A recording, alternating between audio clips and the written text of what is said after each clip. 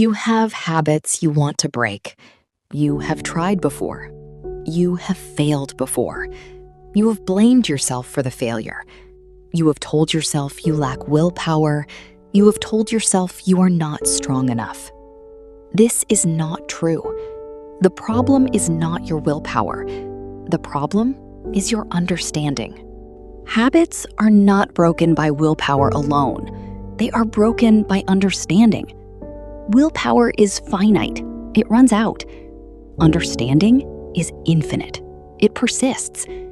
When you understand why you have the habit, you can change it. When you only try to resist it, you exhaust yourself and fail. The person who breaks a habit is not the person with the most willpower. They are the person who understands the habit. They understand its triggers. They understand its rewards. They understand its purpose. They understand the habit deeply. And that understanding is the liberation. The first truth: every habit serves a purpose. Even bad habits, even destructive habits. They exist because they provide something you need. A bad habit is not a sign of weakness. It is a strategy. It is a maladaptive strategy, but a strategy nonetheless. It is a solution to a problem you have not yet addressed. The undisciplined person sees the habit as the problem. They try to eliminate it without addressing what it provides. The disciplined person asks, what is this habit giving me? What need is it meeting? The answer is the key. The habit is not the problem. It is the symptom. The second truth: habits are patterns of association. A trigger triggers a behavior. The behavior provides a reward. The reward reinforces the trigger. The cycle repeats. To break a habit, you must break the cycle. You must change the trigger, the behavior, or the reward. The cycle is the architecture of the habit. The undisciplined person tries to stop the behavior without changing the trigger or the reward. The disciplined person identifies the trigger, finds a new behavior, and retains the reward. The cycle is transformed. The habit is broken. The architecture is the key. The third truth: habits are neurological pathways. Every time you perform a habit, you strengthen the pathway. The pathway becomes deeper. The habit becomes more automatic. Breaking a habit means building a new pathway.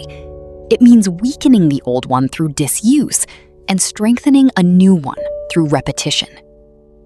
The undisciplined person tries to eliminate the old pathway without building a new one. The disciplined person builds the new pathway. They practice the new behavior repeatedly. They make it stronger than the old one. The new pathway is the liberation. The repetition is the discipline. The fourth truth: habits are context dependent. They are triggered by environments, situations, and states. You eat junk food when you are stressed. You smoke when you are with certain people. You scroll your phone when you are bored.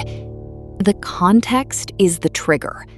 Change the context, and you change the habit.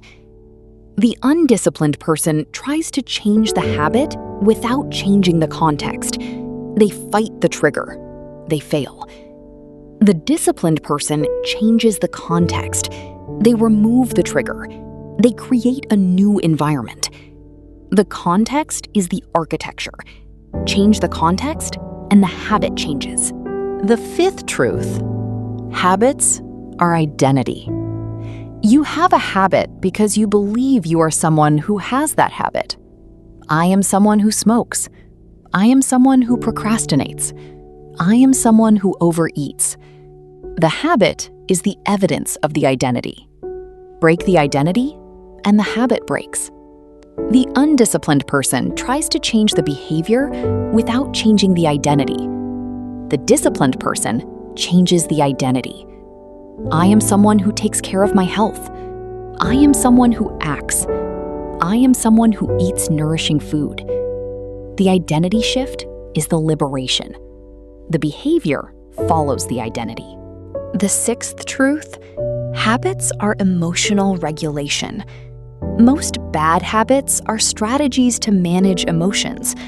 Eating when you are stressed, drinking when you are anxious, scrolling when you are bored. The emotion is the problem. The habit is the solution. Address the emotion, and the habit becomes unnecessary. The undisciplined person tries to stop the habit without addressing the emotion. The disciplined person asks, "What am I feeling when I do this? What am I trying to avoid? What am I trying to feel?" The emotion is the key. Address the emotion, the habit dissolves. The seventh truth: habits are learned. If they are learned, they can be unlearned. The brain is plastic. The habit is not permanent. It is a pattern, and patterns can be changed. You are not stuck. You are in transition. The neuroplasticity is the science of freedom. The undisciplined person believes they are who they are. They believe they cannot change. The disciplined person knows they can change. They know the brain is malleable. They know the habit is not permanent. The belief is the liberation. The neuroplasticity is the evidence. The eighth truth: breaking a habit requires replacing it. You cannot simply eliminate a habit. You must replace it with something else. The vacuum cannot exist. The space must be filled. If you do not fill it, the old habit will return. The replacement is the strategy. The undisciplined person tries to stop the habit without finding a replacement. The disciplined person identifies a replacement behavior. They practice the new behavior. They build the new pathway. The replacement is the liberation. The new behavior is the discipline. The ninth truth: breaking a habit requires patience. The habit took years to build. It will not disappear in a day. The new pathway takes time to form. The old pathway takes time to weaken. Patience is the companion of transformation. Without patience, you will quit before the change is complete. The undisciplined person expects immediate results. When they do not come, they quit. The disciplined person is patient. They trust the process. They know that change takes time. Patience is the discipline.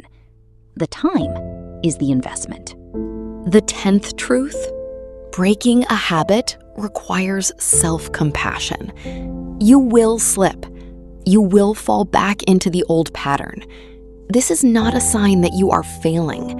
It is a sign that you are human. Self-compassion is the foundation of change. Without it, you will judge yourself and spiral. The undisciplined person judges themselves harshly when they slip. The judgment creates guilt. The guilt creates more slipping. The disciplined person accepts the slip. They forgive themselves. They return to the practice. Self-compassion is the liberation. The return is the discipline. The 11th truth: breaking a habit requires awareness. You cannot change what you do not notice. You must notice the cue. You must notice the urge. You must notice the behavior. You must notice the reward. Awareness is the first step of change. The undisciplined person acts automatically. They do not notice the pattern. The disciplined person practices mindfulness. They observe the habit as it arises. They see the pattern. The awareness creates the pause. The pause creates the choice. Awareness is the liberation. The 12th truth: breaking a habit requires a commitment. You must commit to the process. You must commit to the practice. You must commit to the becoming. Commitment is not a feeling, it is a decision, and it is made once. The feeling will come and go. The commitment remains. The undisciplined person commits when they feel motivated. When the motivation fades, the commitment fades.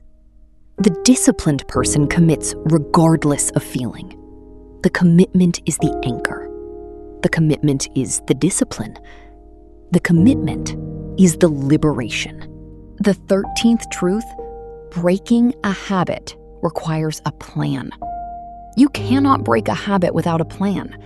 You must know what you are going to do when the urge arises. You must have a replacement ready. You must have a strategy. The plan is the preparation, and preparation is the discipline. The undisciplined person tries to break the habit without a plan. When the urge comes, they are unprepared. They fall back into the old pattern. The disciplined person has a plan. The plan is the armor. The armor is the liberation. The 14th truth: breaking a habit requires a witness. You need someone who knows what you are doing, someone who will ask you the hard questions, someone who will hold you accountable. The witness is the external accountability that makes the internal discipline sustainable. The undisciplined person tries to break the habit alone. They are accountable to no one. When the urge comes, there is no one to stop them. The disciplined person has a witness. The witness is the accountability. The accountability is the liberation. The 15th truth: breaking a habit requires a ritual. The ritual is the sacred repetition of the new behavior. It is the daily practice that builds the new pathway. It is the structure that carries you when motivation fails. The ritual is the discipline that requires no willpower, because the decision is made. The undisciplined person has no ritual. They rely on willpower. The disciplined person has a ritual. The ritual is the container. The ritual is the practice. The ritual is the liberation.